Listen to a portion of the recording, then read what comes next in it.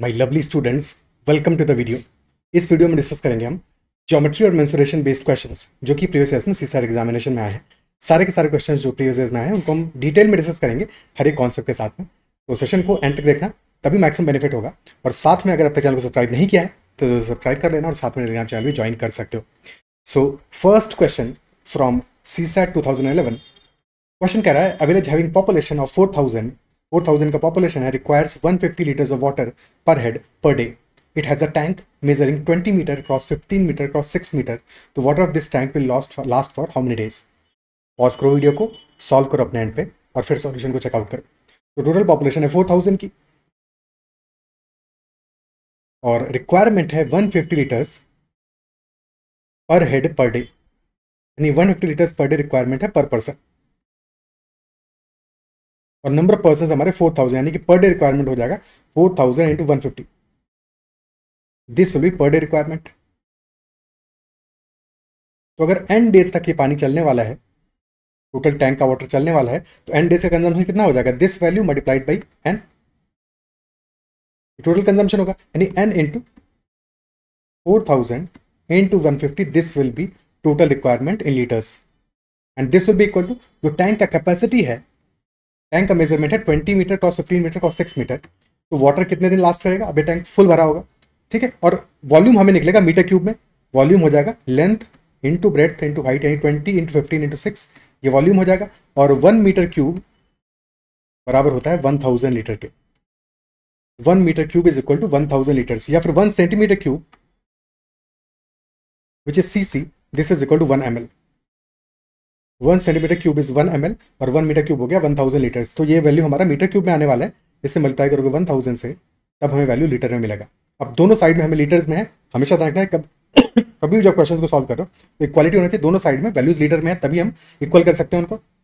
अब सिंप्लीफाई कर लो, ये 30 से 30 कैंसिल आउट हो गया, यहाँ पे बच गया सिर्फ 4 और फिर 15 के बाद यहाँ बच गया 10। तो नाउ दिस इज 40। तो 40 फिर 2 बचेगा 20 और फिर 2 से कैंसिल किया, 3 बच गया। तो n इज इक्वल टू 3 आ गया। यानी number of days this water will be equal to 3 days. Answer आ जाएगा अपना 3 days for this question. Clear है? ठीक है ना? ऑप्शन बी आंसर आ जाएगा। नेक्स्ट क्वेश्चन करते हैं। Next is a square is divided into 4 rectangles as shown. एक स्क्वायर है यानी कि both sides are equal, length और ब्रेड्थ दोनों इक्वल होगा और इसको 4 रेक्टेंगल्स में डिवाइड किया गया। The length of the side of the rectangle are natural numbers. Very important, length of the side of the rectangle are natural numbers, ठीक है, यानी कि इंटीजर्स हैं, पॉजिटिव इंटीजर्स हैं। तो 15 हमारा एरिया आ गया है रेक्टेंगल का, और सिमिलरली 48 भी एरिया है रेक्टेंगल का। अब 15 वैल्यू हमें बनानी है और रेक्टेंगल के भी जो साइड्स हैं उनका लेंथ और ब्रेड्थ नेचुरल नंबर्स में है, इंटीजर है, यानी कि 15 कैसे कैसे बना सकते हो? या तो 15 होगा 1 इंटू 15 या फिर होगा 3 इंटू 5। सिमिलरली 48 बनाना है क्योंकि 48 एरिया आ रहा है दूसरा रेक्टेंगल का, और 48 कैसे कैसे बना सकते हो? 48 can be equal to 1 into 48, shape पे मत जाना, 1 into 48 is also possible, 2 into 24, 3 into 16, 4 into 12, और 5 से बात तो इंटीजर मिलेगा नहीं, तो 6 इंटू 8। ये हमारे केसेस हो गए। ओके, अब अगर 3 इंटू 5 एरिया है हमारा या 1 इंटू 15 है, लेट अस से 1 इंटू 15 पहले कंसिडर कर लेते हैं। सो if this is 1, this is 15, एक साइड 1 होगा, एक साइड 15 होगा, है कि नहीं? अब क्योंकि हमारा स्क्वायर है, ये जो पूरा शेप है हमारा स्क्वायर है, और अगर पूरा शेप स्क्वायर है, so if this side this length is equal to S, so ये वाली लेंथ भी हमारी एस ही होगी। तो ऑलरेडी अगर हमने इस साइड में 15 मान लिया है, इस शेप को, इस डिस्टेंस को, अगर दिस मच डिस्टेंस इज 15, तो डेफिनेटली ये जो बचा हुआ डिस्टेंस है हमारा S definitely greater than equal to 15 होगा, ग्रेटर देन 15 होगा इनफैक्ट, क्योंकि बचा हुआ डिस्टेंस। तो एस डेफिनेटली ग्रेटर देन 15 हो जाएगा इस केस में। अगर हमने एक साइड को, इस छोटू वाले रेक्टेंगल के एक साइड को 15 मान लिया है, तो एस हमारा 15 से बड़ा होगा उस केस में। और अगर एस ग्रेटर देन 15 होगा, तो ये जो बचा हुआ है हमारा this length must be greater than 14, और 14 से बड़ा होगा, तो यानी कि 3 ही पॉसिबिलिटीज है, तो 1 इंटू 48 या 2 इंटू 24 या फिर 3 इंटू 16। अब अगर ये 16 हो गया, लेट अस से अगर ये वैल्यू हमने 16 मान लिया, तो ये वैल्यू तो ऑलरेडी 1 है, बिकॉज जो लेंथ यहाँ पे है वही लेंथ यहाँ पे होगा, दिस विल इक्वल टू 1 उस केस में। और अगर ये 1 है, ये 16 है, टोटल लेंथ 17 आ जाएगा, और ये 15 है, तो this must be equal to 2, फिर ये 2 होना पड़ेगा। Isn't it so? बट क्या ये पॉसिबल है? क्योंकि अगर ये 2 हो जाएगा 16 इंटू 2 तो 32 आएगा, 48 थोड़ी आएगा। तो यानी कि 16 इंटू 2 वाला पॉसिबिलिटी तो नहीं बनने वाला, वहां पे हमारा स्क्वायर तो बन जाएगा बट एरिया 48 नहीं आ पाएगा, यानी कि इस केस को हमें रिजेक्ट करना पड़ेगा। 2 इंटू 24 वाला केस लोगे तो वो तो पॉसिबल ही नहीं है, बिकॉज जैसे ही तुमने 24 ले लिया और वहां पे 2 आ गया, भाई ये 16 के बजाय 24 हो जाएगा, यहाँ पे 2 आ जाएगा, तो लेंथ तो हमारी 15 प्लस 2 17 आ गया, बट फिर ब्रेथ हमारी 24 प्लस 1 25 आ जाएगी, यानी कि स्क्वायर फॉर्म नहीं होगा। यानी कि बेसिकली 1 इंटू 15 वाले केस में हमारा कुछ भी सॉल्यूशन नहीं निकलने वाला है, तो इस केस को हमें रिजेक्ट करना पड़ेगा।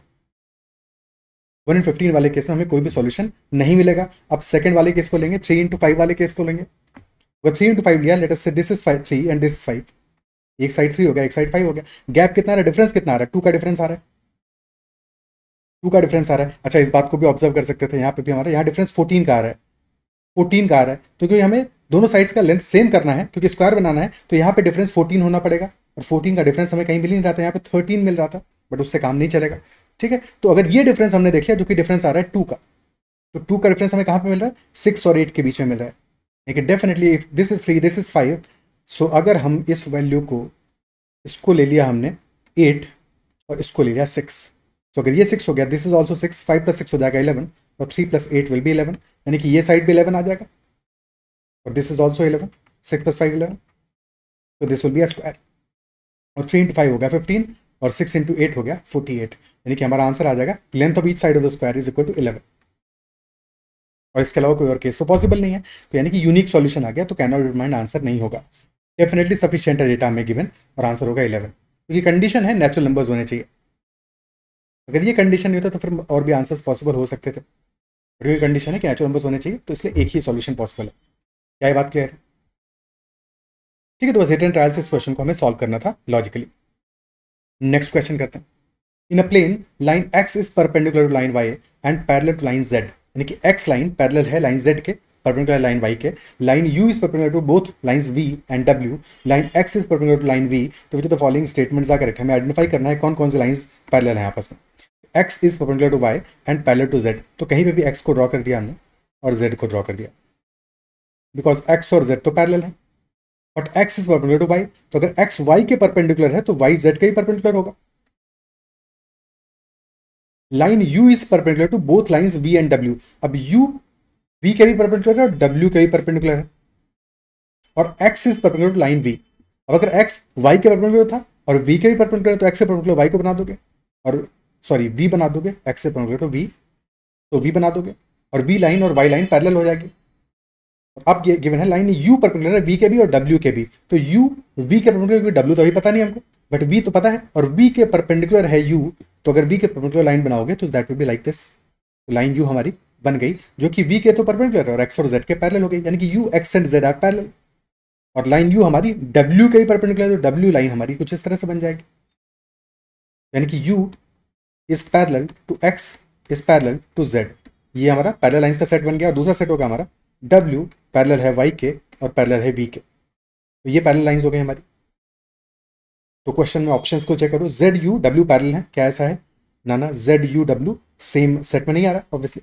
X V and Y, X और वी तो आपस में परपेंडिकुलर है, तो ए भी इनकरेक्ट है, बी भी इनकरेक्ट है। C Z V and U are perpendicular to W, Z V U, ना ना, जेड और यू तो परपेंडिकुलर हैं डब्ल्यू के, बट वी तो पैरेलल है, तो सी भी इनकरेक्ट है। Definitely D will be answer, Y V and W are parallel, yes Y V and W these are parallel, so answer हो जाएगा ऑप्शन डी। सिंपल क्वेश्चन था, एक बार तुमने डायग्राम बना लिया अच्छे से समझ के, फिर क्वेश्चन में कुछ भी नहीं रह जाता। Next question, an agriculture field is in the form of a rectangle, और रेक्टेंगल की लेंथ है x1 और ब्रेड्थ है x2। x1 x2 वेरिएबल्स हैं, यानी कि उनकी वैल्यूज हम कुछ भी मान सकते हैं। गिवन हमें क्या है, गिवन है हमको x1 प्लस x2, यानी कि उनका सम 40 मीटर्स है, और area of agriculture field will not exceed which one of the following values. Maximum will not exceed, यानी कि उससे ज्यादा नहीं होना चाहिए, तो मैक्सिमम कितना हो सकता है एरिया, ये पता लगाना पड़ेगा। गिवन है हमको x1 plus x2 is equal to 40, यानी कि सम कांस्टेंट है, और जब भी सम कांस्टेंट हो और हमें प्रोडक्ट, एरिया कैसे आएगा, एरिया आएगा लेंथ इंटू ब्रेड्थ, लंबाई गुणे चौड़ाई, तो यानी x1 इंटू x2, यानी प्रोडक्ट चाहिए इनका। प्रोडक्ट मैक्सिमम कितना हो सकता है जबकि सम कांस्टेंट है। कभी भी अगर सम कांस्टेंट है और प्रोडक्ट हमें निकालना है स्ट्रेट अवे, तो प्रोडक्ट हमेशा मैक्सिमम तब होगा, प्रोडक्ट वैल्यू मैक्सिमम, जबकि दोनों वैल्यूज इक्वल हो। Product is maximum when x1 is equal to x2। अब x1 प्लस x2 अगर 40 है तो x1 x2 बराबर होंगे तो फिर 20 हो जाएंगे। और उस केस में एरिया हमारा आ जाएगा, एरिया का मैक्सिमम वैल्यू आ जाएगा इक्वल टू 20, x1 भी 20 है, x2 भी 20 है, 20 into 400, यानी कि ये मैक्सिमम वैल्यू आ जाएगा। तो एरिया हर एक केस में हमारा लेस देन इक्वल टू 400 होगा। 400 तब होगा जबकि दोनों इक्वल होंगे, अदरवाइज 400 से छोटा होगा। यानी कि अगर स्क्वायर फील्ड होगा तब 400 एरिया आएगा, स्क्वायर फील्ड का एरिया मैक्सिमम होगा, अदरवाइज उससे छोटा रहेगा। तो ऑप्शन ए आंसर हो जाएगा। Area of the agriculture field will not exceed 400 square metres. Okay, clear है। Next question, AB is a vertical trunk of huge tree with A being the point where the base of trunk touches the ground. Due to a cyclone, trunk has been broken at C, which is at a height of 12 meters. Broken part is partially attached to vertical portion of trunk at C. If the end of the broken part touches the ground at D, which is at a distance of 5 meters from A, then original height of the trunk क्या होगा? Diagram इसमें properly बना पाओगे तो question ये solve हो जाएगा। A B एक वर्टिकल ट्रंक है ह्यूज ट्री का, ए क्या है? पॉइंट है जहां पे कि बेस ऑफ ट्रंक टच करता है ग्राउंड को, यानी कि ए पे हमारा जो ट्री है उसका जो ट्रंक है वो ग्राउंड को टच करता है। ठीक है, तो पहले तो ग्राउंड बना लिया हमने, ये हो गया ग्राउंड हमारा, और ए पे टच कर रहा है base of the trunk ground को, दिस इज ग्राउंड। ठीक बात है। Due to cyclone trunk has been broken at C, let us say ये सी पॉइंट है जहां पे कि ट्रंक ब्रेक हो गया है, and which is at a height of 12 metres, तो यानी कि हाइट ए से लेकर सी तक की हो जाएगी 12 metres. Broken part is partially attach to vertical portion at C, यानी कि अलग नहीं हुआ है, सी पे पार्शियली अटैच्ड है बट गिर गया होगा सी पे, भाई सी से टूटा तो टूट के गिर गया होगा। ठीक है, पहले लेटर से पूरा खड़ा था स्ट्रेट अवे, साइक्लोन आया। ठीक है, तो अब ये सी पे टूट के जमीन पे आगे कहीं पे जाके पड़ा होगा, टच कर रहा होगा। And if the end of the broken part B, क्योंकि पूरा क्या था ट्रंक ए बी था, सो अब ये बी पार्ट हमारा यहां पे आ गया, touches the ground eight D. ठीक है, यही पॉइंट बी है, मान लो भाई पूरा ए बी था स्ट्रेट और यही है पॉइंट डी हो गया हमारा, तो बी इसको मार्क कर दो या डी मार्क कर दो, कोई फर्क नहीं पड़ता। Which is at a distance of 5 metres from A, तो ये जो डिस्टेंस है हमारी दिस इज 5 मीटर्स, ये डिस्टेंस हमारी है 12 मीटर्स। ओके, और वर्टिकल ट्रंक है यानी कि हमारा ग्राउंड से 90 डिग्री का एंगल बन रहा होगा, ये एंगल 90 डिग्री होगा, और जैसे ये एंगल 90 हो गया तो हमें पता है कि ए सी बी या A C D, triangle A C D ये एक राइट एंगल ट्राइंगल है, राइट एंगल्ड ट्राइंगल है। और राइट एंगल ट्राइंगल है, हमें क्या पता लगाना है? हमको पता लगाना है ओरिजिनल हाइट। ओरिजिनल हाइट हमारी क्या होगी? ए सी प्लस सी बी, यही तो ओरिजिनल हाइट होगी। सी बी आइडेंटिफाई करना है, और राइट एंगल ट्राइंगल का हाइपोटेन्यूज है सी बी, तो सी बी का वैल्यू क्या होगा? पाइथागोरस थ्योरम अप्लाई कर दोगे, सी बी स्क्वायर हो जाएगा हमारा equal to A C square plus A B square, A C square plus A B square, तो सी बी स्क्वायर हो जाएगा equal to 12 square plus 5 square, यानी 144 प्लस 25 जो हो जाएगा 169। यहाँ से सी बी हमारा आ जाएगा स्क्वायर रूट ऑफ 169 जो कि हो जाएगा 13 मीटर्स, 13 मीटर्स। बट टोटल हमारी जो लेंथ है वो है ए सी प्लस सी बी, तो आंसर आ जाएगा ए सी है 12, सी बी है 13, तो total length of the trunk initially हो जाएगा 25 मीटर्स। ऑप्शन बी आंसर आ जाएगा, ऑप्शन बी आंसर आ जाएगा। ठीक है, बट इतना कैलकुलेशन करने की जरूरत नहीं है। एग्जाम में तुम राइट एंगल ट्रायंगल्स के पाइथागोरस ट्रिपलेट्स को अगर याद कर लोगे, समझ लोगे, तो कुछ सिंपल कुछ केसेस है हमारे राइट एंगल ट्रायंगल के, कुछ कॉमन पाइथागोरस ट्रिपलेट्स हैं। फॉर एग्जांपल सबसे कॉमन है, दो साइड्स आ गए हमारी 3 4 एंड 5, तो 5 हमारा क्या है? हाइपोटेन्यूज है। 3 एंड 4 आर टू साइड्स, और थर्ड साइड हो गया 5। अब इसका कोई मल्टीपल भी हो सकता है, यानी कि सारी साइड्स को 2 मल्टीप्लाई कर दो, 6 8 एंड 10, या फिर 9 12 एंड 15, या फिर 12 16 एंड 20 एंड सो ऑन। तो ये सारे हमारे पाइथागोरस ट्रिपलेट्स हो गए। या फिर हो सकता है 5 12 एंड 13, दो साइड्स हो गए 5 एंड 12, और थर्ड साइड हो गए 13 जो कि हमारे इस प्रेजेंट केस में था। या हो सकता है इनका कोई मल्टीपल, या हो सकता है 8 15 17 20 21 29 7 24 25 एंड सो ऑन। तो ये कुछ कॉमन वैल्यूज हैं, इनके स्क्वायर करके चेक कर लेना कि जब तुम स्क्वायर करोगे दो साइड्स के स्क्वायर्स का सम करोगे तो वो तुम्हारा हाइपोटेन्यूज के स्क्वायर के बराबर होगा। Okay, so these are some of the common values. अब नेक्स्ट क्वेश्चन पे चलते हैं। A piece of tin is in the form of a rectangle जिसकी की लेंथ है 12 सेंटीमीटर और विड्थ है 8 सेंटीमीटर। तो this is use to construct a closed cube. तो साइड ऑफ द क्यूब क्या होगा? पीस ऑफ टिन है, एक रेक्टेंगल के फॉर्म में है,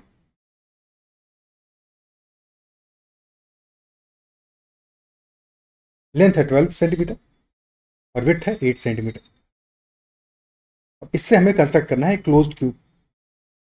अगर एक क्लोज्ड क्यूब कंस्ट्रक्ट करने वाले हैं, क्यूब यानी कि लेंथ ब्रेड्थ हाइट सब इक्वल होगा उसका।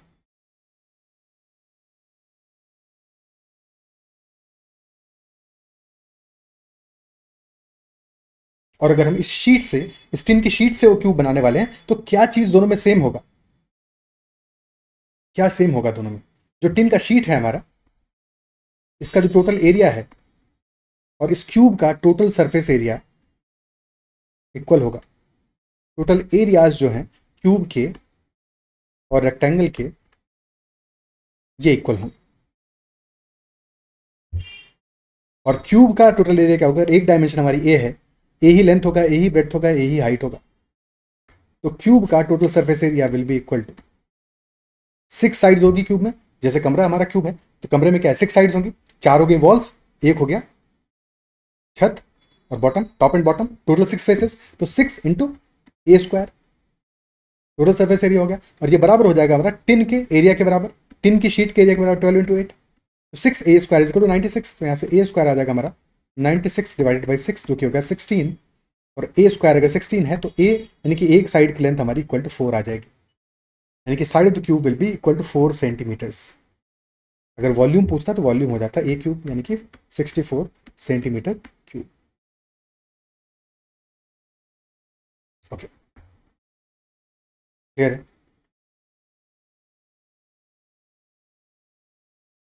ठीक है, नेक्स्ट क्वेश्चन करते हैं। नेक्स्ट क्वेश्चन है, a cylindrical overhead tank of radius 2 metre and height 7 metre is to be filled from an underground tank of size 5.5 metre cross 4 metre cross 6 metre.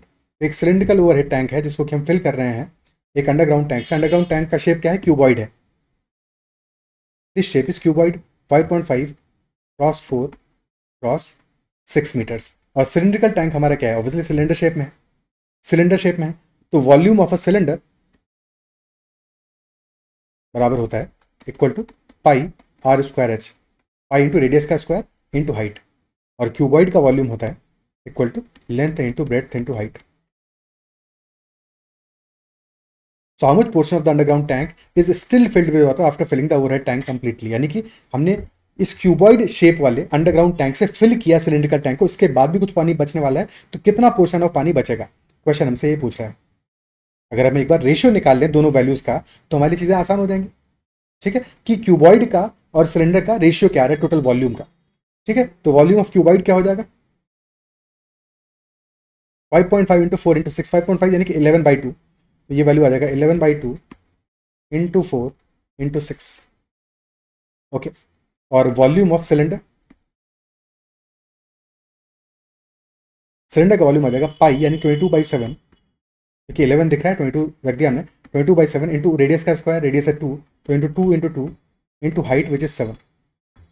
7 से cancel हो गया 7 और 11, 2 से यहाँ पे बचा 2, 11 इंटू 2 22, 22 से 22 कैंसिल आउट हो गया, बच गया 6 और यहाँ बचा है 4। तो एक 2 और सिंप्लीफाई कर लो, यहाँ बच जाएगा 3। यानी कि वॉल्यूम का रेशियो क्या आ रहा है? 3:2।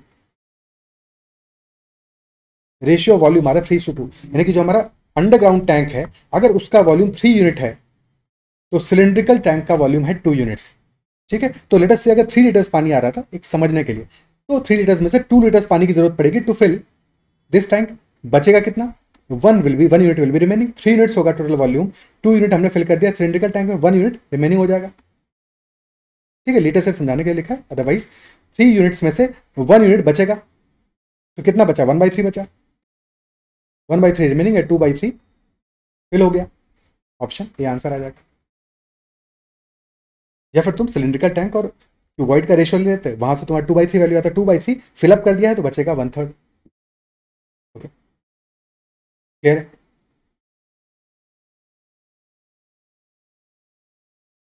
Next one, there are 3 pillars x, y and z of different heights.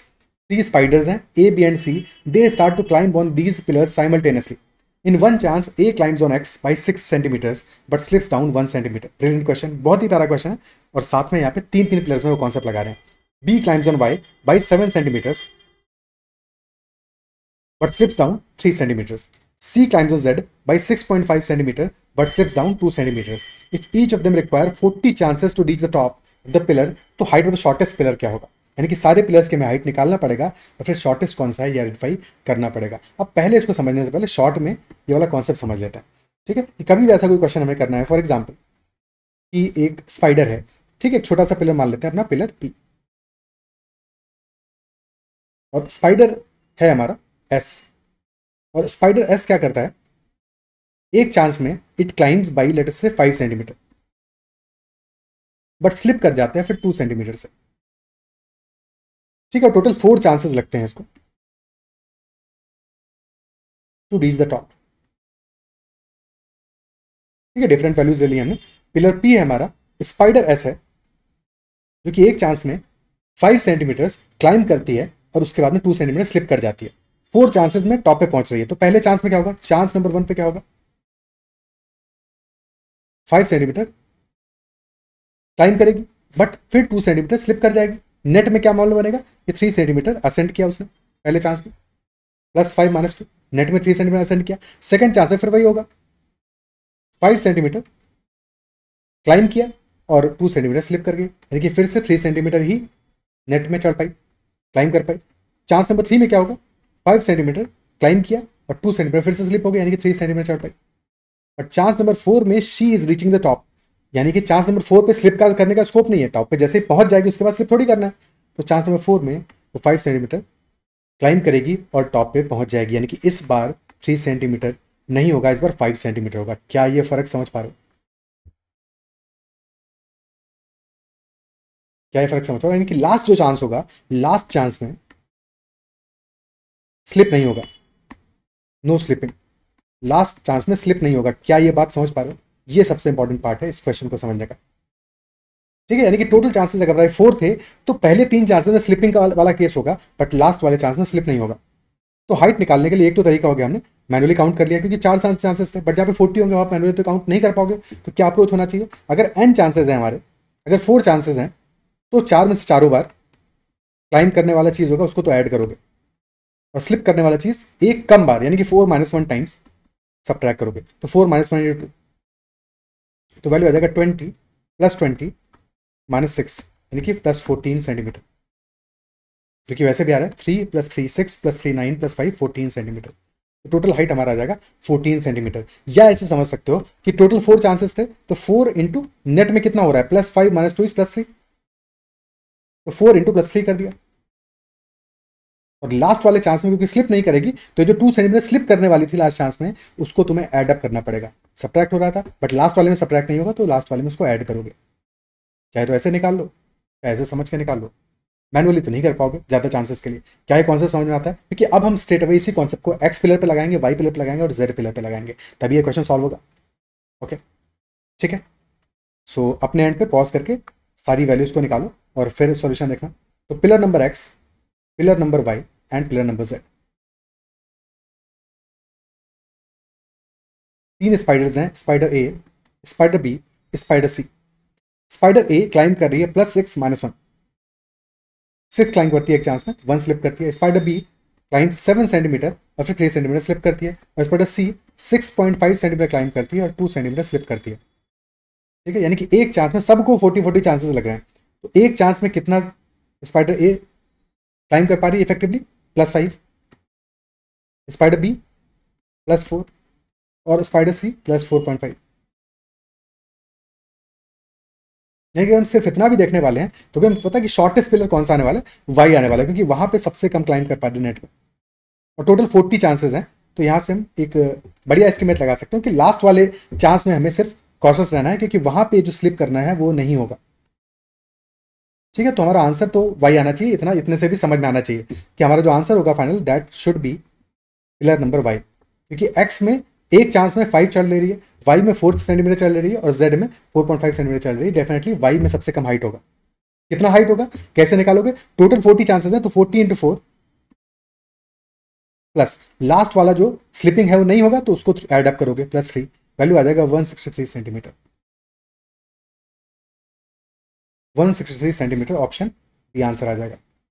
X और जेड को भी निकाल लेते हैं। एक्स में वैल्यू क्या आएगा, एक्स में होगा 40 इंटू 5 एक चांस में चढ़ पा रही है, और लास्ट वाले में स्लिप नहीं होगा तो +1 कर दोगे तो आ जाएगा 201 सेंटीमीटर। और जेड वाले केस में 40 इंटू 4.5 और लास्ट वाले चांस में स्लिपिंग नहीं होना है तो +2 कर दोगे, तो ये वैल्यू आ जाएगा 182 सेंटीमीटर।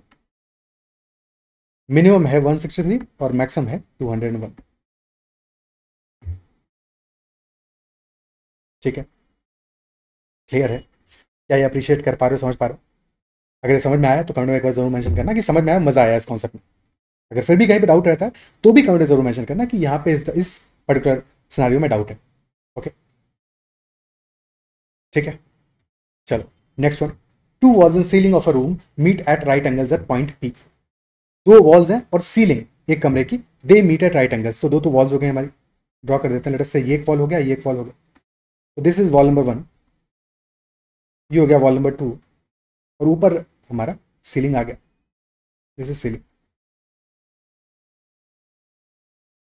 ओके, अब पॉइंट पी पे मिल रही हैं, so this is point. A fly is in the air, air में कहीं पे फ्लाई है, और फ्लाई एक वॉल से 1 मीटर की डिस्टेंस पे है, दूसरी वॉल से 8 मीटर की डिस्टेंस पे है, और 9 मीटर्स की डिस्टेंस पे है। कहाँ से? पॉइंट पी से, जंक्शन पॉइंट पे, जहां पे कि सीलिंग और दोनों वॉल मिल रही हैं। एक वॉल से 1 मीटर की डिस्टेंस पे है, एक वॉल से 8 मीटर की डिस्टेंस पे है, और सीलिंग का जो हमारा जो जॉइंट है पॉइंट पी है, वहां से 9 मीटर की डिस्टेंस पे। अब इसको इमेजिन करना है तुमको, देखो 3D इमेजिनेशन करना पड़ेगा।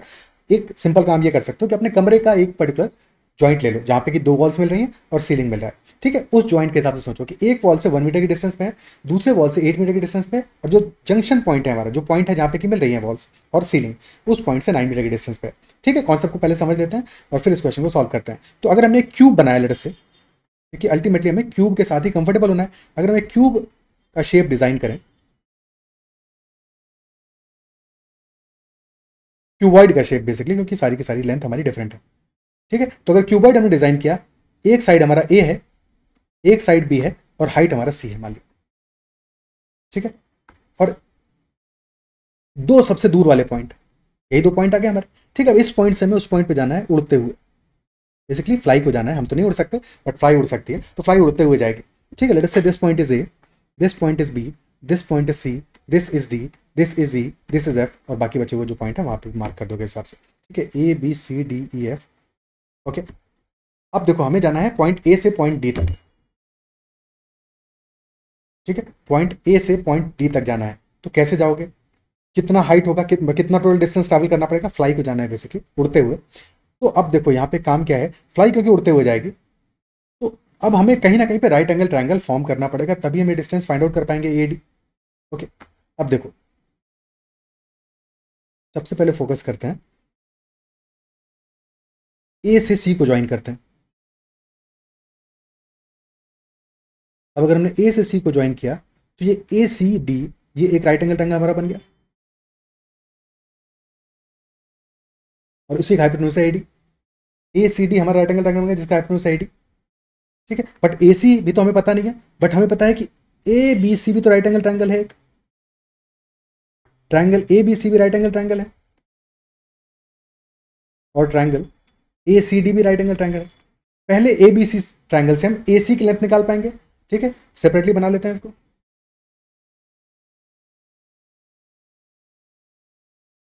ए सी लेंथ क्या आ जाएगा, ए बी है ए, बी सी है बी, तो ए सी लेंथ हमारा क्या आ जाएगा, square root of A square plus B square, because A C square होगा हमारा A B square plus B C square, तो ए सी लेंथ आ जाएगा square root of A square plus B square. अब बात करते हैं ए सी डी ट्रायंगल की,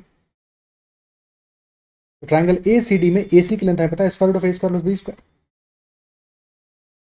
और सी डी की लेंथ है सी, तो ए डी क्या हो जाएगा, ए डी हो जाएगा हमारा, ए डी स्क्वायर हो जाएगा basically A C square plus C D square. Formula भी देख ही लेंगे लैंड में, बट पहले समझ लेते हैं। तो ए डी स्क्वायर हो जाएगा A C square plus C D square, यानी कि A D square will be equal to A C square क्या है, root of A square plus B square whole square, यानी कि A square plus B square plus C square. तो यहाँ से A D हमारा स्ट्रेट अवे आ जाएगा square root of A square plus B square plus C square. तो अगर सीधे फॉर्मूला देखें तो कभी हमें लॉन्गेस्ट डिस्टेंस निकालना है किसी क्यूबॉइड के अंदर, ठीक है, किसी घनाभ के अंदर एक पॉइंट से लेकर सबसे दूर वाले पॉइंट तक, तो वो डिस्टेंस हमारा क्या आ जाएगा, वो डिस्टेंस हमारा हो जाएगा बॉडी डायगोनल जिसको बोलते हैं, तो वो डिस्टेंस हमारा हो जाएगा equal to square root of length का स्क्वायर प्लस ब्रेथ का स्क्वायर प्लस हाइट का स्क्वायर, लेंथ का स्क्वायर प्लस ब्रेथ का स्क्वायर प्लस हाइट का स्क्वायर। ठीक है, अब अपने ओरिजिनल क्वेश्चन पे चलते हैं। तो अपने क्वेश्चन में दो वॉल्स हैं और एक सीलिंग है, ठीक है, और फ्लाई कहीं मान लिया इस पॉइंट पे है। ये वॉल नंबर 1 है, ये वॉल नंबर 2 है और ये सीलिंग है, ये पॉइंट पी है। ठीक है, अब हमें पता है कि वॉल नंबर 1 से फ्लाई कितनी डिस्टेंस पे है, 1 मीटर की डिस्टेंस पे है। वॉल नंबर 2 से 8 मीटर की डिस्टेंस पे है और पॉइंट पी से 9 मीटर की डिस्टेंस पे।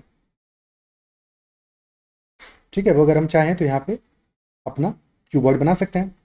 ठीक है, और हमें पता है कि ये जो पॉइंट है, ये जो डिस्टेंस है, ये हमारी 9 मीटर्स की है। ठीक है, इमेजिन करो फ्लाई अपनी एक जगह पे है, तो क्या हुआ है, छोटा सा जो क्यूबॉइड हमारा बन रहा होगा,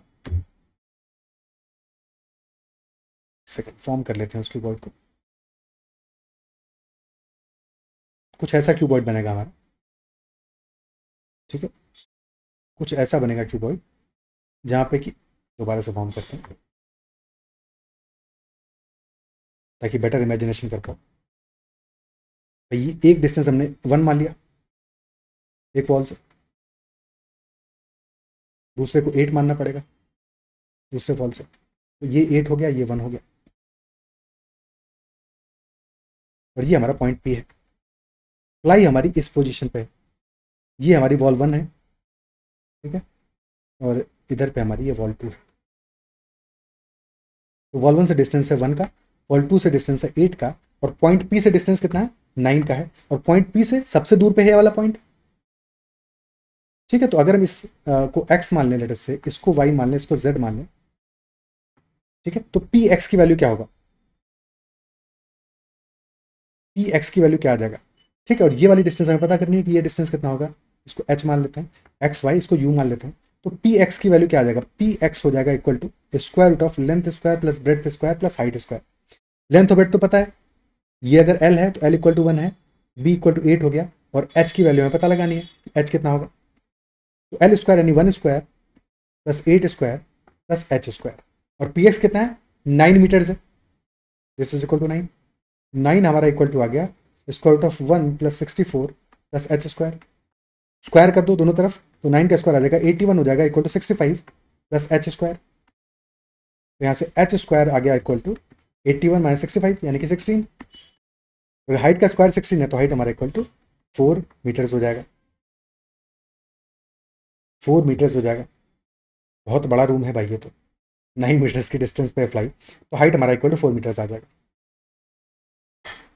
क्लियर है, ओके, क्या समझ पा रहे हो। नेक्स्ट क्वेश्चन करते हैं।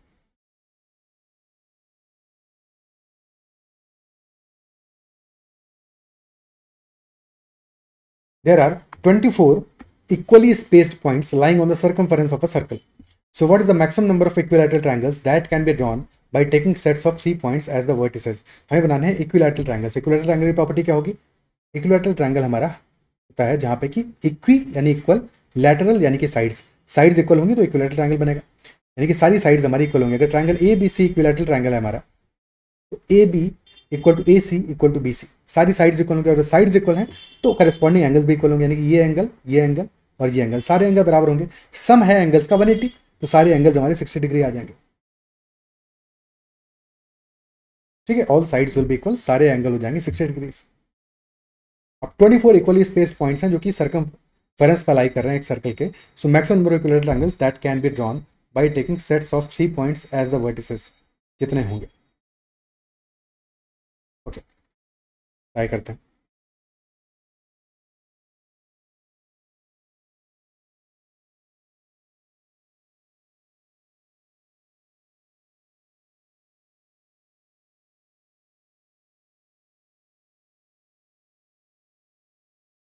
पहले अगर हम एक छोटा एग्जांपल ले लें जहाँ से कि चीज़ें बेटर समझ में आए तो ज़्यादा अच्छा रहेगा, बजाय कि सारे के सारे 24 पॉइंट्स बनाने के।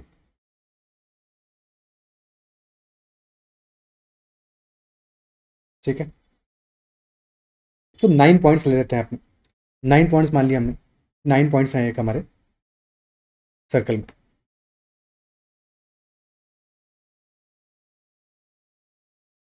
1 2 3 4 5 6 सेकेंड, एक सेकेंड, एक सेकेंड।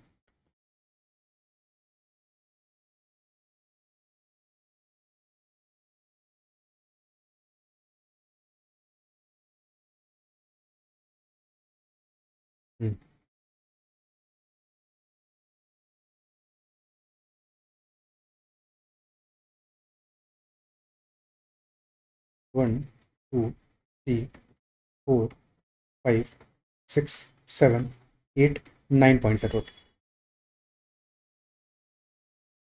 ठीक है, अब अगर हम फर्स्ट पॉइंट को ले लें, फर्स्ट के बाद में फोर्थ पॉइंट को ले लें, और फोर्थ के बाद में सेवन्थ पॉइंट को ले लें, तो क्या तीनों पॉइंट्स हमारे इक्वी डिस्टेंट है? कैसे? ये देखो, फर्स्ट के बाद में 2 पॉइंट्स को छोड़ा है, सेकंड और थर्ड को, फिर फोर्थ को लिया है, फिर फोर्थ के बाद में फिफ्थ और सिक्स को छोड़ा है, क्योंकि इक्वी डिस्टेंट पॉइंट्स है, इक्वली स्पेस पॉइंट्स है, ये इंपॉर्टेंट है, कहीं पे भी रैंडमली पॉइंट नहीं लिया। और सेवन्थ के बाद में फिर से 2 पॉइंट्स को छोड़ा है, तो ये पॉइंट्स हमारे इक्वी डिस्टेंट है, यानी कि पहले और फोर्थ पॉइंट को अगर हम ज्वाइन करेंगे, फोर्थ और सेवन्थ पॉइंट को ज्वाइन करेंगे, और फिर सेवन्थ और पहले पॉइंट को ज्वाइन करेंगे, तो ये हमारा एक इक्विलैटरल ट्रायंगल बनेगा, क्योंकि सारी साइड्स इक्वल आने वाली हैं।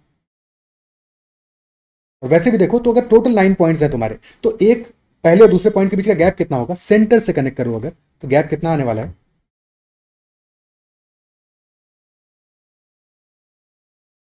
यानी ये एंगल कितना होगा जब पहले पॉइंट और दूसरे पॉइंट को कनेक्ट करोगे सेंटर से? ये एंगल कितना आएगा? अगर ये एंगल थीटा मान ले, तो थीटा की वैल्यू क्या हो जाएगी?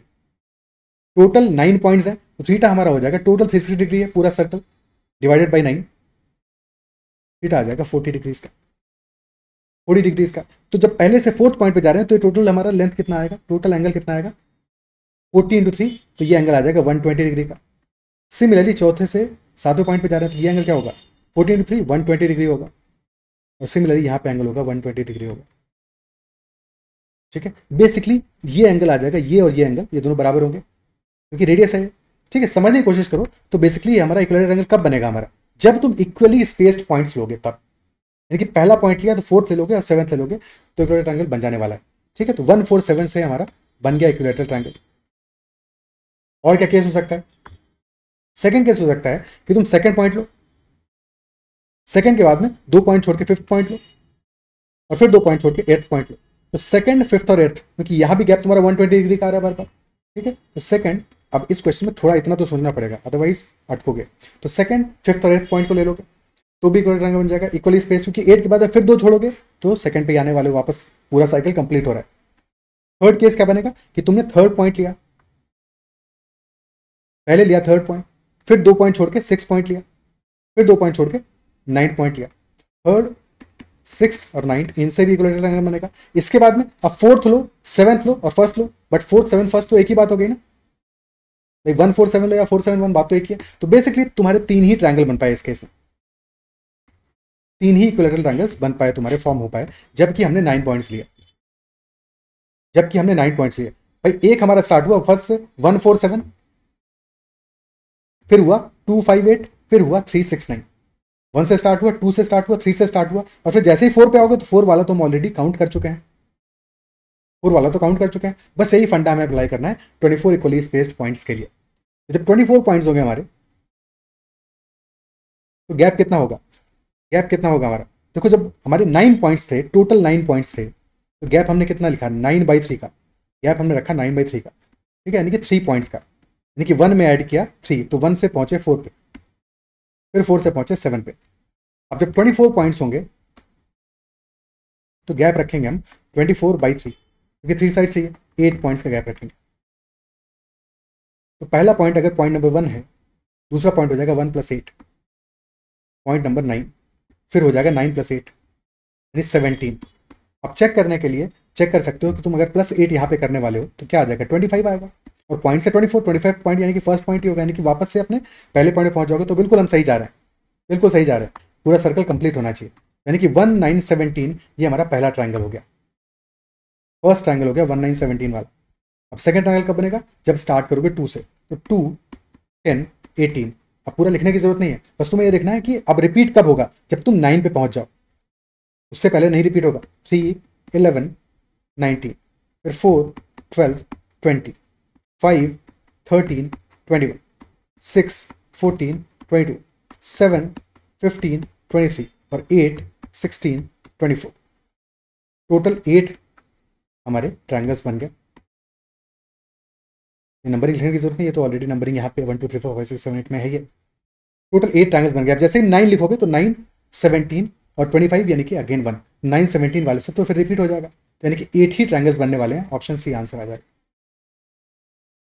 8 टोटल ट्रायंगल्स बनेंगे इस केस में। क्लियर है ये बात? ठीक है, ओके, नेक्स्ट क्वेश्चन करते हैं। P, Q, and R are three towns. The distance between P and Q is 60 kilometers, whereas the distance between P and R is 80 kilometers. Q is in the west of P and R is in the south of P. So what is the distance between Q and R? Q और R के बीच का distance क्या होगा? अब directions का यहाँ पे ध्यान रखना है। ये हो गया north, south, east and west. अब Q वेस्ट में है P के, तो P को पहले ड्रॉ कर लो क्योंकि दोनों का कनेक्शन P से ही दिया हुआ है। So if this is point P, P से वेस्ट में आ रहा है Q और साउथ में आ रहा है R, और P और Q के बीच का डिस्टेंस कितना है? 60 है। P और R के बीच का डिस्टेंस है 80। अब ये एक राइट एंगल ट्रायंगल है, अगेन राइट एंगल पे बन रहा है, और Q और R के बीच का डिस्टेंस हमें पता लगाना है। एक वैल्यू 60 है, एक है 80, तो वैल्यू क्या आ जाएगा? Square root of 60 square plus 80 square, यानी आ जाएगा square root of 3600, 3600 plus 6400, square root of 10,000, जो क्या आ जाएगा? 100। तो 100 किलोमीटर हमारा Q और R के बीच का डिस्टेंस आ जाएगा। अदरवाइज क्या होता? स्ट्रेट अवे तुम्हें पता है दो पर्टिकुलर लाइंस का अपना डिस्टेंस दिया हुआ है, अपना लेंथ दिया है, रेशियो क्या आ रहा है? 60 और 80 का रेशियो क्या है? 3:4। तो जो हाइपोटेन्यूज है वो डेफिनेटली क्या होगा? 3:4:5 का रेशियो आएगा। ये तो हाइपोटेन्यूज है, डायगोनल है, डायगोनल बोल रहा है हाइपोटेन्यूज है, ठीक है, कर्ण है हमारा, तो डेफिनेटली उसका रेशियो क्या आएगा? 3:4:5। ट्रिपलेट हमारा पैथोन ट्रिपलेट, तो 5 यूनिट्स वैल्यू होगा। अब 3 यूनिट क्या है हमारा? 1 यूनिट की वैल्यू 20 है, 3 इंटू 20, 4 इंटू 20, तो ये हो जाएगा 5 इंटू 20, यानी कि 100 हमारा लेंथ आ जाएगा between Q and R। Answer will be option D. Okay, clear? Next question. Next is consider the following statements. Statement number 1 कह रहा है minimum number of points of intersection of a square and a circle क्या है? 2 दिए given है question के हिसाब से, सही है या इनकरेक्ट है? सेकंड स्टेटमेंट कह रहा है maximum number of points of intersection of a square and circle is 8। पहला है minimum number of points of intersection of a square and circle, कम से कम 2 पॉइंट्स तो जरूर होंगे इंटरसेक्शन। क्या है जरूरी है? अब देखो हमने एक बनाया ये स्क्वायर, अब एक बनाया ये सर्कल, क्या यह इंटरसेक्ट हो रहा है? कोई भी इंटरसेक्शन पॉइंट नहीं। इंटरसेक्शन पॉइंट कितने आ गए यहाँ पर? 0 आ गए, तो 0 हो सकता है, पॉसिबल है, तो मिनिमम तो 2 होना जरूरी नहीं है, 0 भी हो सकता है, ठीक है। या फिर अगर स्क्वायर के अंदर ही सर्कल हो या सर्कल के अंदर ही स्क्वायर हो, तब भी इंटरसेक्शन पॉइंट कितने होंगे? 0 होंगे, यानी कि 0 वाला केस पॉसिबल है तो 2 पे क्यों जाएंगे? या एक ही पॉइंट हो, ऐसा भी पॉसिबल है, स्क्वायर बनाया और टच करता हुआ सर्कल हो गया, टक से टच करके निकल गया, यहाँ पे एक ही इंटरसेक्शन पॉइंट हो गया। तो इंटरसेक्शन पॉइंट 0 भी हो सकता है, 1 भी हो सकता है, मिनिमम वैल्यू क्या होगा? 0 होगा। पहला स्टेटमेंट तो इनकरेक्ट है। Second, maximum intersection points of square and circle 8 होगा, क्या ये करेक्ट है? अब देखो हमने अगर एक स्क्वायर बनाया और अगर सर्कल हर साइड पे 2 बार इंटरसेक्ट करे, ठीक है, एक तो केस बन गया, ऐसा भी बन सकता है कि इस तरह से सर्कल हो गया हमारा पूरा इनसाइड है, तो यहाँ पे इंटरसेक्शन पॉइंट कितना है? 4 आ गया। बट क्या ये मैक्सिमम है? इससे ज़्यादा हो सकता है। सर्कल को थोड़ा सा और बड़ा करो, सर्कल जैसे ही थोड़ा सा और बड़ा होगा तो हर एक साइड पे 2 बार इंटरसेक्ट करेगा, सेंटर में ही रखो, ठीक है, थोड़ा सा बड़ा कर दो सर्कल को, जैसे ही थोड़ा सा बड़ा करोगे तो हर साइड पे भी सर्कल जैसा लग नहीं रहा होगा, पर भावनाओं को समझ लेना, ठीक है। 1 पॉइंट, 2 पॉइंट, हर साइड पे 2 बार इंटरसेक्ट करेगा, टोटल 8 इंटरसेक्शन पॉइंट्स होंगे। इस केस में 8 हो गए इंटरसेक्शन पॉइंट्स और इस वाले केस में 4 हो गए। 5 भी हो सकते हैं, 6 भी हो सकते हैं, वो सब कुछ पॉसिबल है, ठीक है। अच्छा, यहाँ पे स्क्वायर था इन एनी केस, तो 8 हमारा मैक्सिमम केस हो गया, ठीक है, 8 वाला केस मैक्सिमम हो गया, तो सेकंड स्टेटमेंट तो करेक्ट है, सेकंड वाला स्टेटमेंट तो करेक्ट है। फर्स्ट इनकरेक्ट है तो सेकंड ओनली हमारा आंसर होगा ऑप्शन बी। ओके, क्लियर है?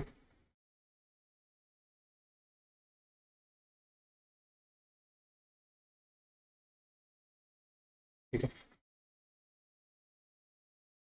अच्छा, 5 होना देखो एक बार डायग्राम में देख लेते हैं 5 होना कैसे पॉसिबल है।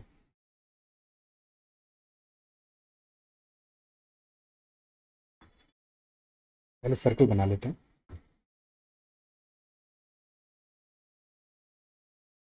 ये सर्कल हो गया हमारा। ठीक है, अब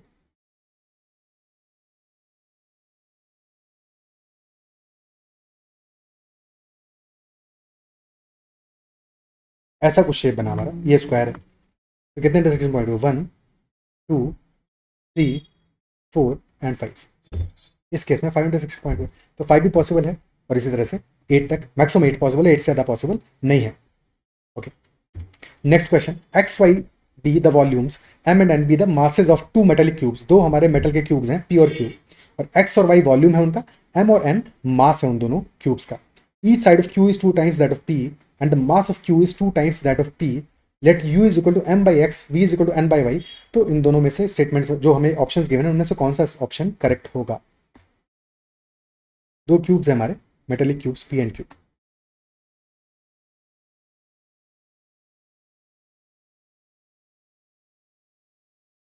क्या गिवन है हमें?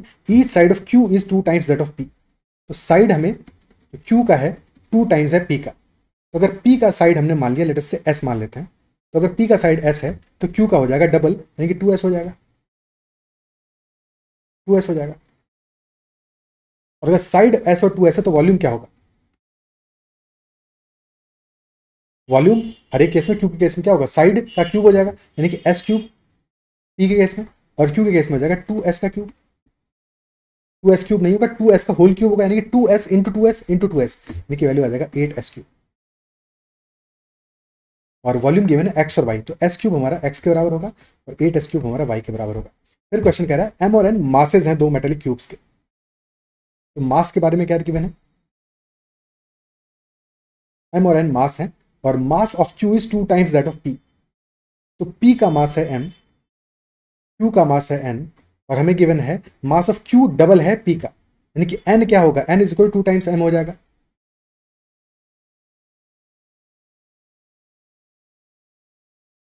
क्वेश्चन कह रहा है u is equal to M by X, V is equal to N by Y. तो कौन सा स्टेटमेंट करेक्ट होगा? u हमारा है m अपॉन एक्स और x है s क्यूब, तो ये हो जाएगा m अपॉन एस क्यूब। ठीक है, m अपॉन एस क्यूब। और v हमारा हो जाएगा n अपॉन वाई। n को भी m में कन्वर्ट कर दो ताकि कंपेयर कर पाए, और फिर सिमिलरली y के साथ में करेंगे तो n हमारा क्या हो जाएगा? n will be equal to 2m। और y क्या है? y है 8s क्यूब, तो बाई 8s क्यूब। क्वेश्चन कह रहा है u और v का रिलेशन क्या है? तो u में से v को डिवाइड कर दो, m by S cube cancel out हो जाएगा, 2/8 हो जाएगा 1/4। तो u बाई वी हो जाएगा 1 अपॉन 1/4, यानी इक्वल टू 4 आ गया। यहां से बन गया u is equal to 4v। u हमारा इक्वल टू 4v आ गया, ऑप्शन ए आंसर हो जाएगा। क्या है क्लियर? ठीक है, u is equal to 4v answer आ गया, कोई दिक्कत? ओके,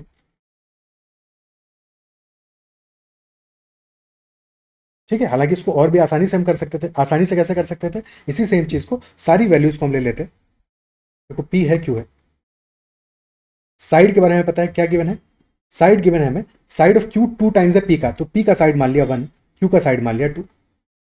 वॉल्यूम हो जाएगा साइड का क्यूब, यानी कि 1 क्यूब विच इज 1 और 2 क्यूब विच इज 8। और हमें पता है वॉल्यूम एक्स और वाई है, तो 1 हो गई एक्स की वैल्यू और 8 हो गई वाई की वैल्यू। अब सिमिलरली क्वेश्चन ये कह रहा है हमसे कि मास क्यू का डबल है पी का, मास है एम और एन। ठीक है, मास में से डिवाइड करना है हमें वॉल्यूम को, तो मास की वैल्यू हम वॉल्यूम का मल्टीपल मान लेते हैं। ठीक है, 8 जैसे दिया है तो इजी क्या होगा, हम 8 और 16 मान लेते हैं, क्योंकि मास डबल होगा क्यू का, तो पी का मास 8 मान लिया, क्यू का 16 मान लिया। वैल्यू तुम कुछ भी मानोगे फर्क नहीं पड़ेगा, बट 8 16 से चीजें आसान हो जाएंगी। अब u की वैल्यू क्या आएगा? u आ जाएगा m अपॉन एक्स। 8 है m की वैल्यू, n की वैल्यू 16 है, m बाई एक्स आ जाएगा 8/1 जो कि आ जाएगा इक्वल टू 8, और v हो गया n बाई वाई यानी 16/8 यानी कि 2 आ गया। अब u है 8, v है 2, तो u इज इक्वल टू 8 क्या है 2 इंटू 4 यानी कि 4v, ऑप्शन ए। वैल्यूज मान लोगे तो चीजें बिल्कुल आसान हो जाएगी। क्या ये अप्रिशिएट कर पा रहे हो? ठीक है, okay. Next question, there are 3 points P, Q and R on a straight line such that PQ is to QR, PQ और QR का रेशियो क्या है 3:5 and is the number of possible values of PQ, PQ is to PR, PQ और PR का जो ratio है इसकी values कितनी आ रही है, n टाइप की वैल्यूज आ रही है, पॉसिबल वैल्यूज हैं, तो n की वैल्यू क्या होनी चाहिए। सबसे इंपॉर्टेंट है 3 पॉइंट्स हैं जो कि एक स्ट्रेट लाइन में है, यानी कि पी क्यू आर एक स्ट्रेट लाइन में है, बट ऑर्डर क्या होगा ये जरूरी नहीं है, हो सकता है पहले पी हो फिर क्यू हो फिर आर हो, या हो सकता है पहले क्यू हो फिर पी हो फिर आर हो, ये भी तो पॉसिबल है, बिल्कुल पॉसिबल है। या हो सकता है क्यू एंड में हो,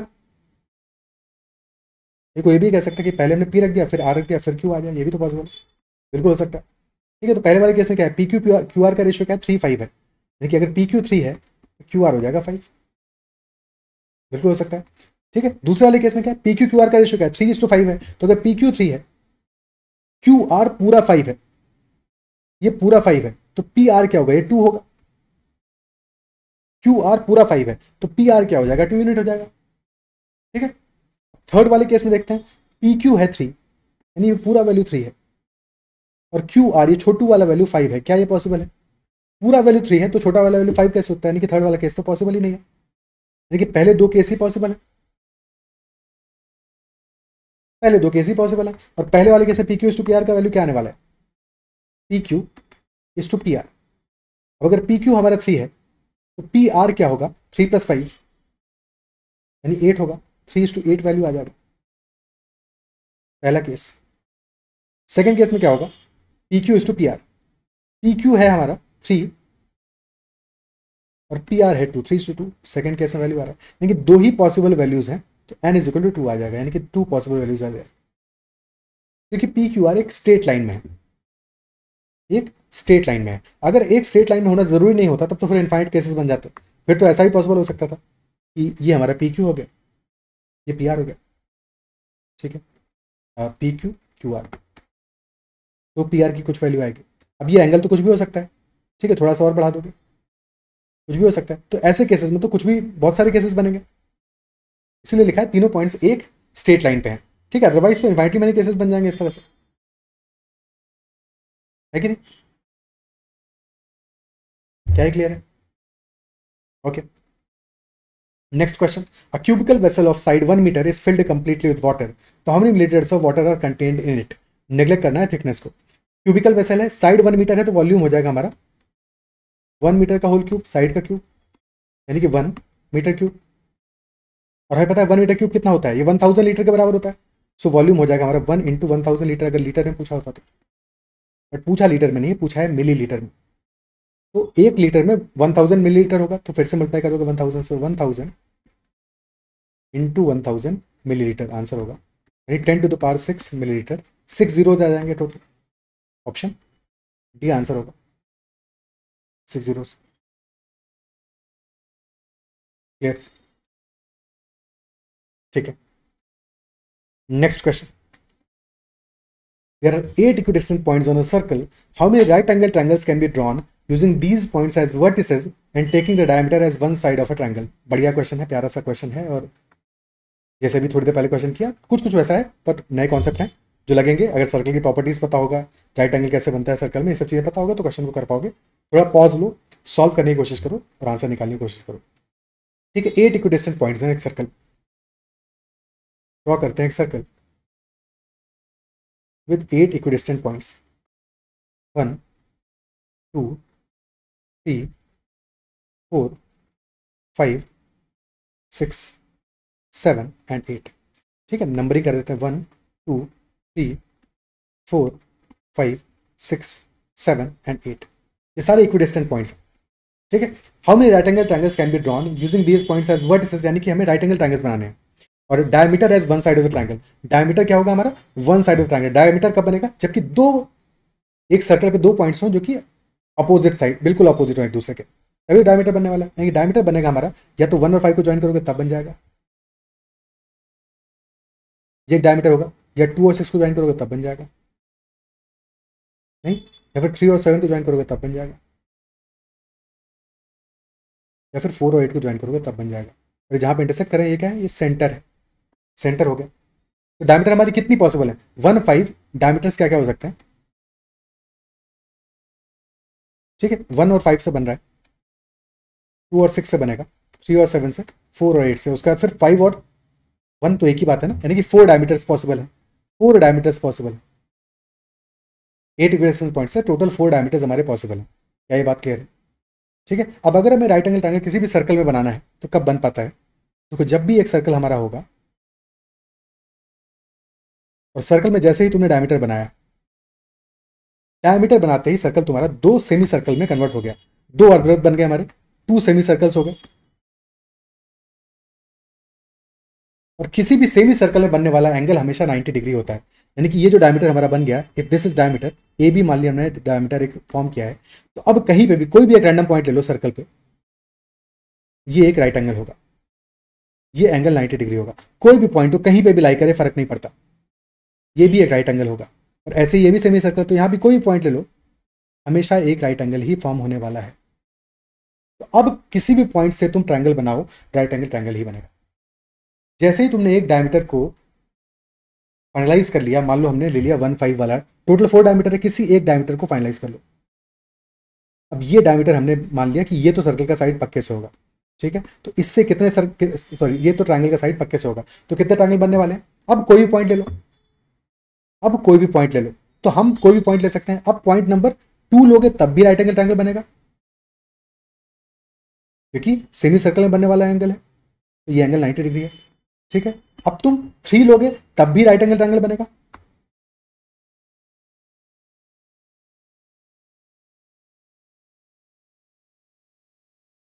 क्योंकि सेमी सर्कल में बन रहा है। अब तुम 4 लोगे तब भी बनेगा, तो 3 तो बन गए हमारे राइट एंगल ट्रायंगल्स, एक साइड में, on one side, on one semi circle, या डायमीटर के एक साइड में, ऐसे ही दूसरे साइड में बनेंगे, 8 के साथ ही बनेगा, 7 के साथ भी बनेगा, 6 के साथ भी बनेगा, यानी कि 3 बन गए हमारे, तो एक साइड में, 3 बन गए दूसरे साइड में। तो एक ही डायमीटर से, 1 और 5 वाले डायमीटर से, तो तुमने कितने राइट एंगल ट्रायंगल बना लिया, 3 + 3 6 राइट एंगल ट्रायंगल्स, ठीक है। सिमिलरली 2 और 6 से भी 6 बनेंगे, सिमिलरली 3 और 7 से भी बनेंगे 6, और सिमिलरली 4 और 8 से भी बनेंगे 6। टोटल कितने होंगे, 24 ट्रायंगल्स बन जाएंगे तुम्हारे, 24 राइट एंगल ट्रायंगल्स बनेंगे। ऑप्शन ए हमारा आंसर होगा। लॉजिक क्या हुआ इस क्वेश्चन में, सबसे पहले पता लगाओ कि डायमीटर्स कितने बनने वाले हैं। टोटल 8 पॉइंट्स है, 8 पॉइंट्स है, तो डायमीटर कितने बनेंगे हमारे, डायमीटर बनेंगे 8/2, यानी कि 4 डायमीटर्स बनेंगे, ठीक है। ध्यान ये देना, अगर 8 की बजाय 9 पॉइंट्स होते, यानी कि ऑड नंबर ऑफ पॉइंट्स होते, तो फिर हमारा 9, क्योंकि 9 को डिवाइड करोगे 2 से तो आएगा 4.5। बेसिकली इस केस में हमारा एक भी डायमीटर फॉर्म नहीं हो पाएगा, क्योंकि किसी भी पॉइंट के जस्ट अपोजिट में कोई पॉइंट मिलेगा ही नहीं। तो अगर 9 इक्विडिस्टेंट पॉइंट्स होते, 9 पॉइंट्स जो कि इक्विडिस्टेंट हैं, तो 0 डायमीटर बनते हैं हमारे। और जब डायमीटर ही नहीं बनता तो फिर राइट एंगल ट्रायंगल तो बन ही नहीं पाता। तो अगर ऑड 9 या फिर कोई भी ऑड वैल्यू ऑफ पॉइंट्स होंगे तो डेफिनेटली 0 डायमीटर बनेगा, वहां पे डायमीटर बनेगा ही नहीं। इवन होगा तो डिवाइड बाई 2 करके डायमीटर तुम्हें मिल जाएंगे, 4 डायमीटर्स बनने वाले हैं, ठीक है। और जैसे ही तुमने एक डायमीटर बना दिया, 2 पॉइंट्स तो वहीं आ गए, टोटल 8 पॉइंट्स से 2 पॉइंट तो वहीं आ गए, तो 8 - 2 बचे कितने पॉइंट्स, 6 पॉइंट बचे। जो सर्कमफ्रेंस पर लाई कर रहे हैं वो कहीं भी लाई कर रहे हो, फर्क नहीं पड़ता, उनको इक्वी डिस्टेंट होने की जरूरत भी नहीं है, वो पॉइंट तुम्हारे कहीं पे भी लाई करें उससे फर्क पड़ता ही नहीं है। अब वो 6 पॉइंट कैसा सर्कल बन रहा है, ठीक है, वो 6 पॉइंट तुम कहीं पे ही बनाओ, चलो समझ लो भावनाओं को। ये तुम्हारे 6 पॉइंट जो बच गए, अब उन सब से ट्रायंगल बनने वाला है, ठीक है। तो हर एक डायमीटर के लिए 6 ट्रायंगल्स, तो 4 × 6 टोटल 24 ट्रायंगल्स तुम्हारे बनेंगे, राइट एंगल ट्रायंगल्स,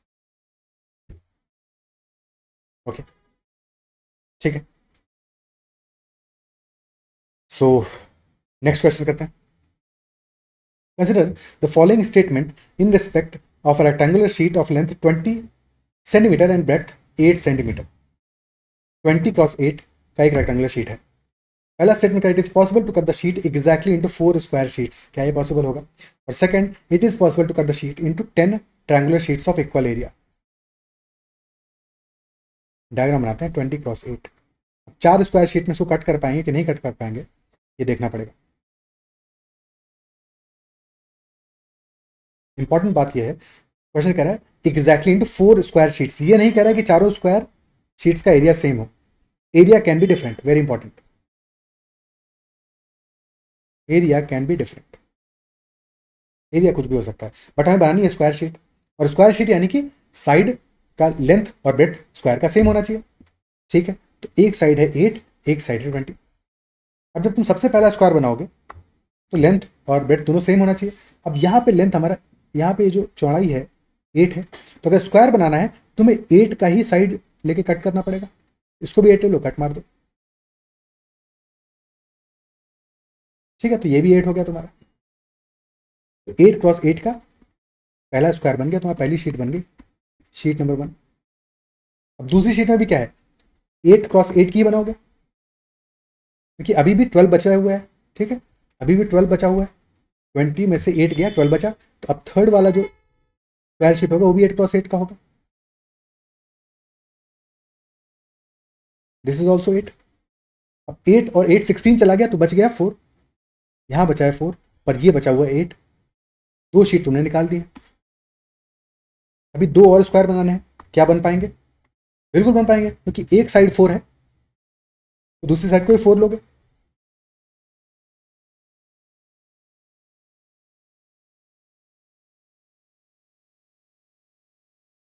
तो 4x4 का एक ये बन गया, 4x4 का एक ये बन गया, टोटल बन गया 4 तुम्हारे। तो 4 स्क्वायर शीट्स बनाना पॉसिबल है। फर्स्ट स्टेटमेंट बिल्कुल करेक्ट है, बिल्कुल करेक्ट है, बिल्कुल बना सकते हैं यहाँ पे।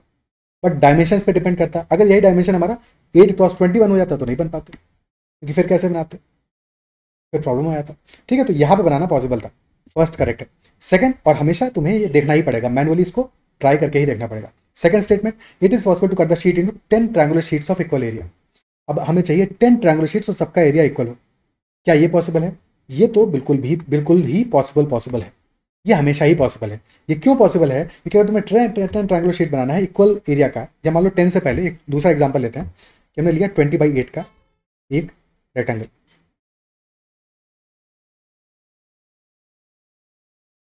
मान लेते हैं हमें यहाँ पे 4 ट्रायंगुलर शीट्स बनानी है इक्वल एरिया की। तो अगर 4 बनानी है तो तुम पहले तो 2 पार्ट में तोड़ दो इसको।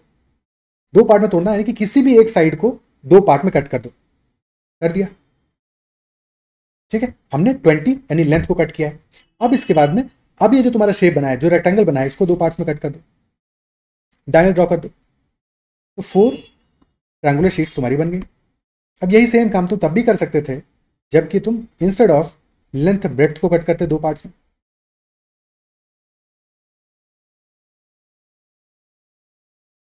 और अब जो रेक्टेंगल बना है इसका डायगोनल ड्रॉ कर दो। इस तरह से भी तुम 4 ट्रायंगुलर शीट्स बना सकते हो। क्या ये बात समझ पा रहे हो? अब हमें अगर 10 शीट्स बनानी है, 10 शीट्स बनानी है तो 5 पार्ट्स में कट करोगे, क्योंकि हमें तो 10 चाहिए, 4 थोड़ी चाहिए। तो 10 के लिए क्या करोगे? 5 पार्ट्स में कट करोगे।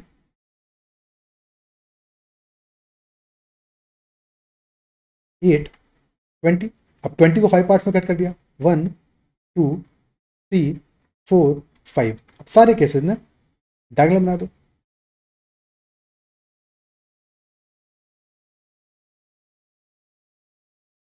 ओके, तो तुम्हारे टोटल 10 ट्रायंगुलर शीट्स बन गई। यही सेम काम तुम इंस्टेड ऑफ लेंथ ब्रेड को कट करके भी कर सकते थे।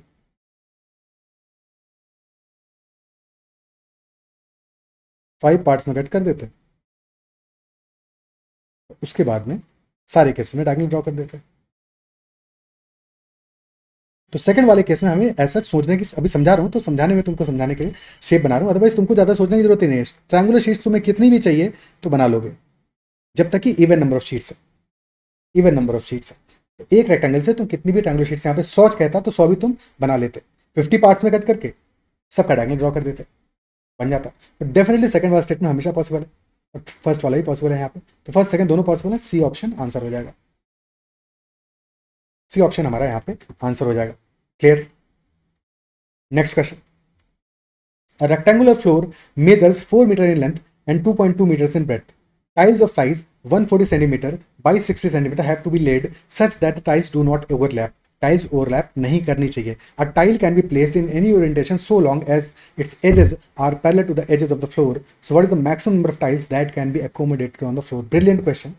But ये क्वेश्चन थोड़ा सा इमेजिनेशन मांगता है, थोड़ा कॉम्प्लेक्स है और एग्जाम में अटका भी सकता है। ऐसा क्वेश्चन एग्जाम में आए क्योंकि यहाँ पे पॉसिबिलिटीज हमें देखनी पड़ेंगी और हो सकता है कि तब भी हम एक आंसर पे पहुंचने की कोशिश करें बट कहीं ना कहीं हमसे गलती हो जाए या कोई पर्टिकुलर केस हम मिस कर जाएं, क्योंकि यहाँ पे मैक्सिमाइज करना है। अप्रोच क्या है? मैक्सिमाइज करना है नंबर ऑफ टाइल्स को। और ये जो वैल्यूज है हमारा 4 क्रॉस 2.2 का फ्लोर है और टाइल का साइज है 140 क्रॉस 60, यानी एग्जैक्टली मल्टीपल वैल्यूज नहीं है। तो हमें केसेस यहाँ पे कई सारे कंसिडर करने पड़ेंगे। तो एग्जाम में ऐसे क्वेश्चन को कोशिश करना है कि अगर अटेम्प्ट कर भी रहे हो तो भी एंड में अटेम्प्ट करो कि ऐसे क्वेश्चन में गलती होने का स्कोप है। और गलती होने का मतलब कि तुम एक हायर केस को, क्योंकि यहाँ पे डायरेक्टली फॉर्मूला नहीं लगने वाला है, इस केस को तुम्हें इमेजिन करके समझ के ही करना पड़ेगा। ठीक है, तो डायग्राम बनाते हैं इसका।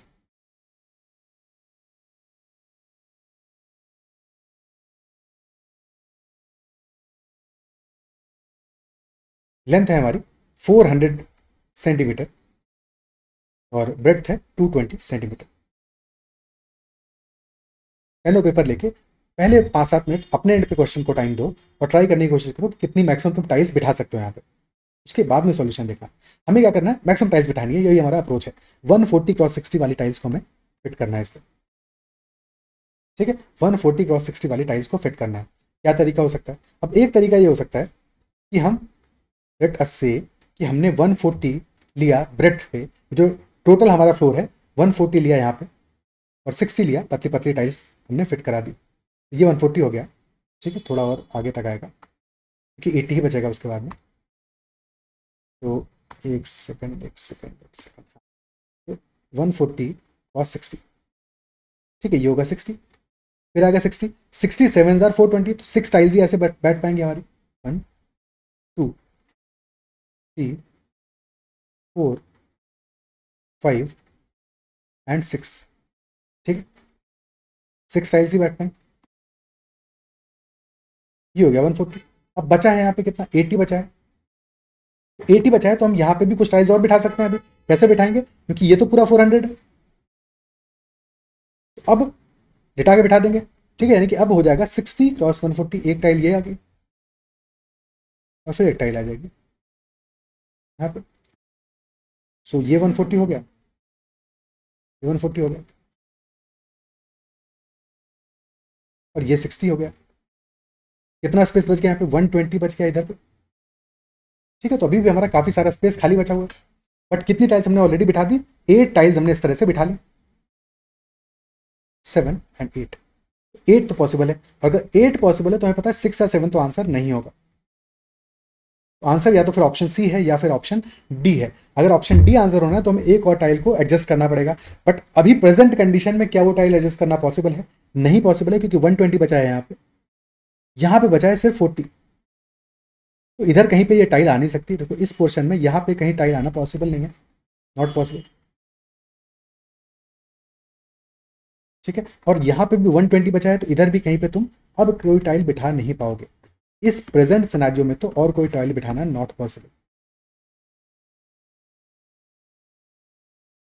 पॉसिबल नहीं है। तो क्या जुगाड़ कर सकते हैं? क्या और सोचा जा सकता है कि नहीं? तो यहाँ पे अभी तो बिठाना पॉसिबल नहीं है। अब ये सोच सकते हैं हम, फोकस करना।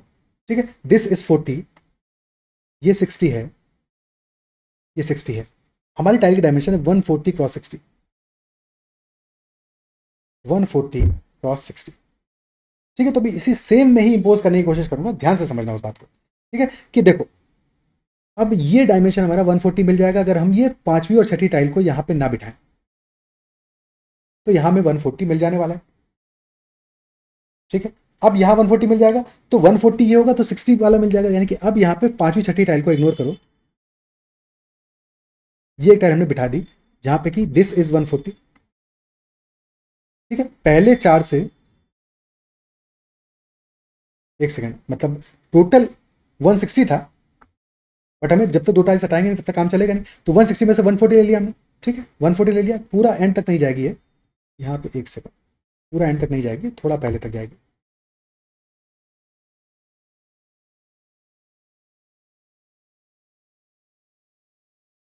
तो कुछ ऐसा बनेगा। ठीक है, 140 बीच में गैप रहने दो। तो ये 60 ले लिया हमने, एक टाइल ये बन गई हमारी। ठीक है, अब यहाँ नीचे बचा है 120, ये ध्यान देना, एक टाइल तो ये आ गई हमारी। ठीक है, ऐसे पॉसिबल हो गया, 60 वाला हो गया, टोटल 220 है, यानी कि 160 अभी। अब हमारा यहाँ पे 60 की टाइल बिठाने के बाद में कितना स्पेस बचा है, यहाँ पे बचा हुआ है अब 160। ठीक है, पांचवी छठी टाइल इस केस में नहीं है, उसको हटा दिया है हमने, क्योंकि उसको हटाए बिना ये टाइल नहीं बिठा सकते। अब ये टाइल हमने एक बिछा दी। ठीक है, तो ये मान लिया अब ये हमारा, देखो ये टाइल, ये टाइल, ये टाइल, ये टाइल, ये 4 और ये 5, ये 6, ये 6 टाइल तो अभी भी हैं। अब इसके बाद में ये सातवीं एक और टाइल आ गई। अब इसके बाद में जो स्पेस बचा है, अब 120 बचा है यहाँ पे, 160 बचा है यहाँ पे, 120 में 60 60, यानी कि एक ये टाइल हो गया, 60 हो गया, 140 ये हो गया, तो 2 टाइल और हमने बिठा दी। कितनी टाइल्स हो गई, 4 + 1 5 + 4 9 टाइल्स हो गई। एक सेपरेट डायग्राम बनाएंगे, बट क्या इसी डायग्राम में इन चीज़ों को इम्पोज करके समझ पा रहे हो क्या किया हमने? फिर से एक बार इसी डायग्राम को ड्रॉ करते हैं। देखो,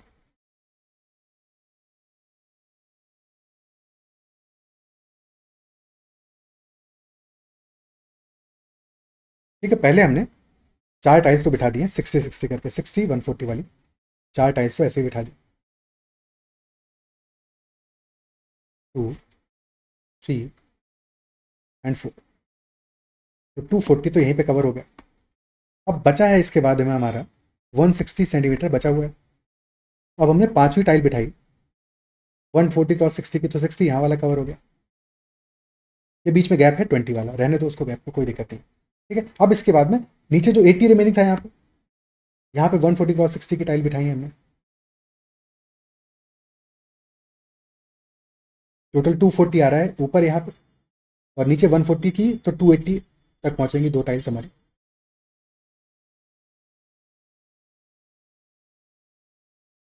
280 तक पहुंचेगा। ठीक है, कुछ कुछ ऐसा पहुंचेगा, बस ये 140 है, ये भी 140 है, और ये 60 है। अब ऑलरेडी हमने 1 2 3 4 5 6 7 टाइल्स बिठा दी। अब बचा है स्पेस यहाँ पे 120, और यहाँ पे बचा है 160।